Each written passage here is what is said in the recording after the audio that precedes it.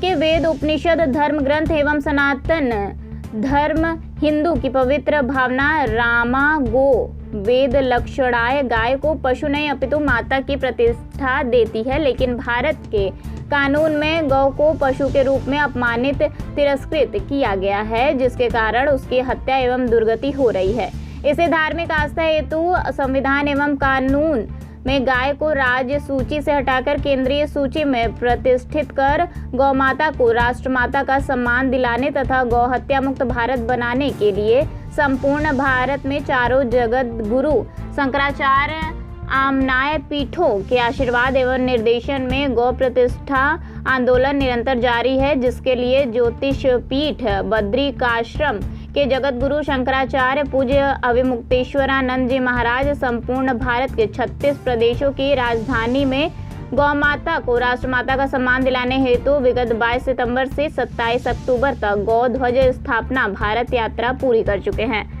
पूज्य शंकराचार्य जी के निर्देशन में एक गौ गंगा कृपा काक्षी गोपाल मणि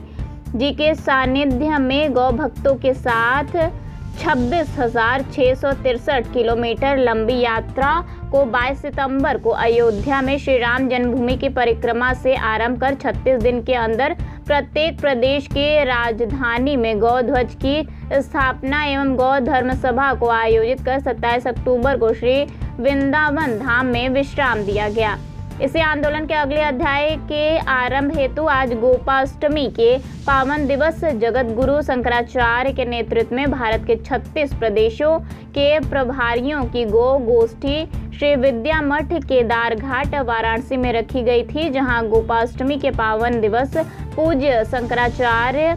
जी ने गो पूजन करने के पश्चात धर्म सम्राट यति चक्र चूड़ामणि पूज्य करपात्री जी महाराज जी के नेतृत्व में 1966 में हुए गौरक्षा आंदोलन को स्मरण करके गोभक्त बलिदानियों को श्रद्धांजलि अर्पित की। जगत गुरु शंकराचार्य जी ने वर्तमान संवत्सर को गौ संवत्सर के रूप में घोषित किया है, जिसके अंतर्गत गौ प्रतिष्ठा आंदोलन के अगले क्रम में अब जिला स्तर विधानसभा स्तर पर गौ ध्वज की स्थापना की जाएगी, जिसके लिए 36 प्रदेश के प्रभारियों को गौ ध्वज प्रदान किए गए। इसी वर्ष 14 जनवरी से 14 फरवरी तक प्रयागराज माघ मेले में 324 कुंडीय यज्ञ का आयोजन होना सुनिश्चित है, जो निरंतर 1 माह तक गौमाता की प्रतिष्ठा हेतु चलता रहेगा, जिसमें संपूर्ण भारत से करोड़ों लोग सम्मिलित होंगे। गौ गोष्ठी में यह भी सुनिश्चित किया गया कि सभी निर्वाचित सांसदों के दरवाजों पर गौ सांसदों द्वारा ग्रीष्मकालीन सत्र से 15 दिन पूर्व धरना प्रदर्शन दिया जाएगा। धरना प्रदर्शन का मुख्य उद्देश्य निर्वाचित सांसदों से अपेक्षा की जाएगी कि स्वयं को गौ भक्त या गौद्रोही घोषित करें। इसी गौ संवत्सर के पूर्ण होने पूर्व 27 मार्च 2025 को वाराणसी में गौ महाकुंभ का आयोजन किया जाएगा, जिसमें संपूर्ण भारत से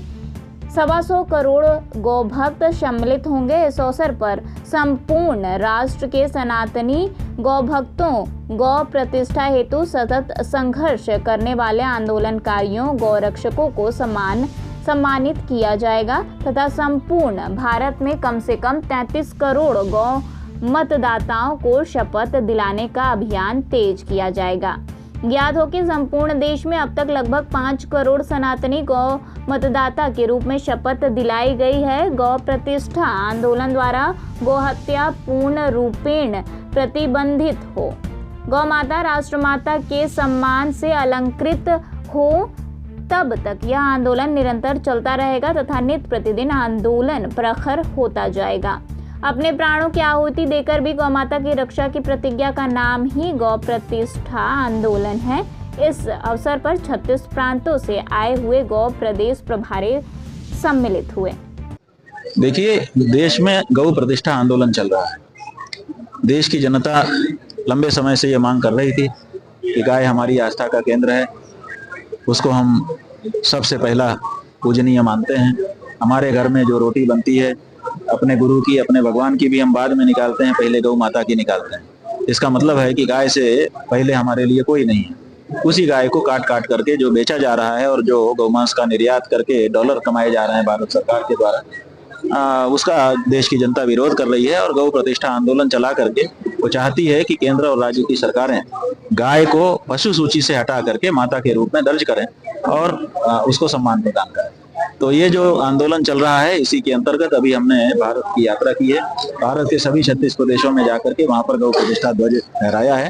और आगे भी कुछ कार्यक्रम हम लोगों ने बनाए हैं। तो पीछे की बातों को आपको लोगों के जानकारी में लाना और आगे के कार्यक्रम को आपके माध्यम से जन जन को तक पहुंचाना, इसी उद्देश्य से आज की ये प्रेस कॉन्फ्रेंस की। कल की जो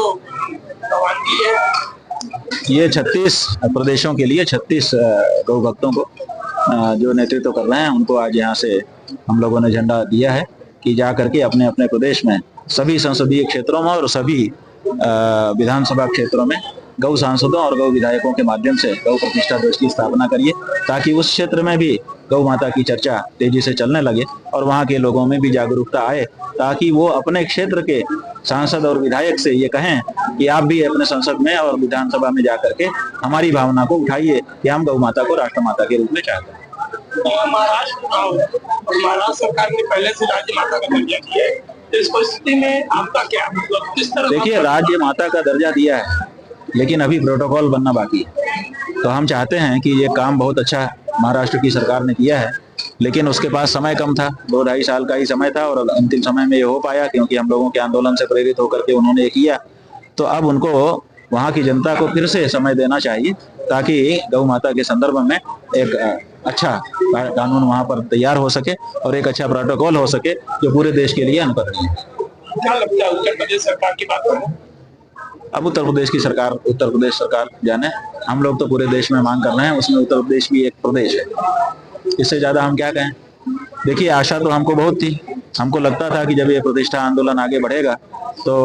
हमारे योगी आदित्यनाथ जी जो गोरक्ष पीठ से आते हैं वो जल्दी इसमें कुछ करेंगे, लेकिन अभी तक तो उन्होंने नहीं किया है। हम प्रतीक्षा कर रहे हैं, आशा कर रहे हैं कि शायद जल्दी करें। एक आखिरी प्रश्न, क्या गैर शरणार्थियों के प्रवेश पे हुक्म की बात कर रहे हैं? नहीं, ऐसा है कि कुंभ जो पर्व है वहाँ पर जो जमावड़ा होता है वो धार्मिक लोगों का होता है, उन लोगों का होता है जो लोग ये मानते हैं कि वहाँ अगर हम चले जाएंगे और वहाँ पे जाके गंगा में डुबकी लगा लेंगे तो हमारे पाप नष्ट हो जाएंगे और हमको पुण्य की प्राप्ति हो जाएगी। तो ये पाप पुण्य की जो भावना है ये सनातनियों की है, हिंदुओं की है। मुसलमान इस तरह से नहीं मानते हैं, तो जो इस तरह से मानता ही नहीं है उसको वहां जाने की क्या जरूरत है। और दूसरे ये भी है कि जैसे मुसलमानों का जो मुख्य तीर्थ है मक्का, वहां पर 40 किलोमीटर पहले ही गैर मुस्लिम को रोक दिया जाता है कि आप आगे नहीं जा सकते। तो वो गैर मुस्लिमों के विरोध में नहीं किया जाता है बल्कि अपनी पवित्रता को बनाए रखने के लिए किया जाता है, इसलिए हम लोग भी उसको स्वीकार करते हैं कि भाई ठीक है, हम नहीं जाएंगे। अब सवाल ये है कि जब अपनी पवित्रता को स्थापित करने के लिए आपने वहां ये नियम बनाए हैं तो हमारी पवित्रता भी बनी रहने दीजिए, हम भी हिंदू ही रह करके अपना वहां पे गोता लगा लें, काहे को आप आते हो। और सच बात यह है कि किसी मुसलमान ने ऐसी मांग भी नहीं की है कि हम वहां जाएंगे ही, घोषणा भी नहीं की है कि नहीं हम तो घुसेंगे ही। बिना मतलब का शोर मचा करके ताल ठोकी जा रही है कि घुसने नहीं देंगे, घुसने दे। अरे किसी ने कहा है कि हम आ रहे हैं घुसेंगे? किसी ने जब कहा ही नहीं तो आप बिना ही मतलब ताल ठोक रहे हैं कि घुसने नहीं देंगे, घुसने नहीं देंगे। इसका मतलब है कि ये राजनीति का पार्ट लगता है। अगर किसी मुसलमान ने ऐसी मांग की होती या ऐसी घोषणा कर दी होती कि हम जा रहे हैं और अमुक दिन को कुछ कर रहे हैं फिर घुस जाएंगे, तो ऐसा तो कुछ हुआ नहीं है। तो कल्पना करके और उसमें इस तरह के प्रश्न उठा देना, हम समझते हैं कि राजनीतिक विषय है, धार्मिक विषय नहीं है। धार्मिक दृष्टि से अगर हमसे आप पूछते हैं तो हम ये कहेंगे कि वहाँ हिंदुओं का पर्व है, हिंदुओं को ही रहने देना चाहिए, मुस्लिम को वहाँ जाने की जरूरत है।